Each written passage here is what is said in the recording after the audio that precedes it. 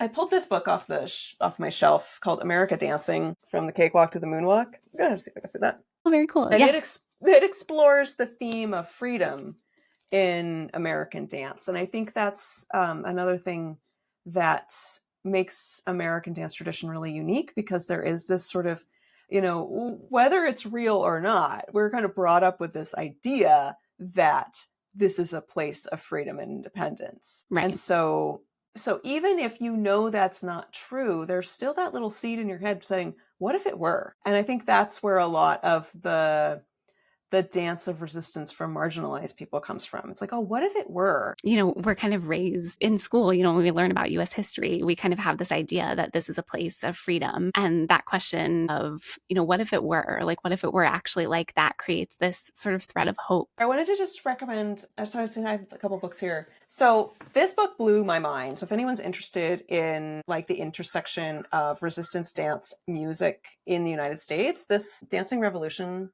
by Chris Smith is so good. It's so good. He gets into graffiti culture. He gets into like the traces of Black resistance. He gets into ciphers and hip hop culture. And his background is he's actually a ethnomusicologist. So comes in from more of a musical background, but he studies the intersection of European, Indigenous, and Black musical traditions in the South and in Appalachia, and how that intersects with dance. That's why I brought this. I was like, if you're interested in this topic, this, I would say, start here. It's really accessible. It's academic, but it doesn't feel academic. If you could time travel to witness one moment in dance history, where would you go? This is so I'm going to have another book thing. So I like the unusual history. In fact, like my partner and I wrote a book that's all about like unusual dance history. I think these little moments in time also tell us so much, right? So being at the Rite of Spring or witnessing choreomania, like these little moments in time, you can expand out and go, oh, okay, this tells us so much about the moment in which they happened. And then you can look at how that affected what came after them. So I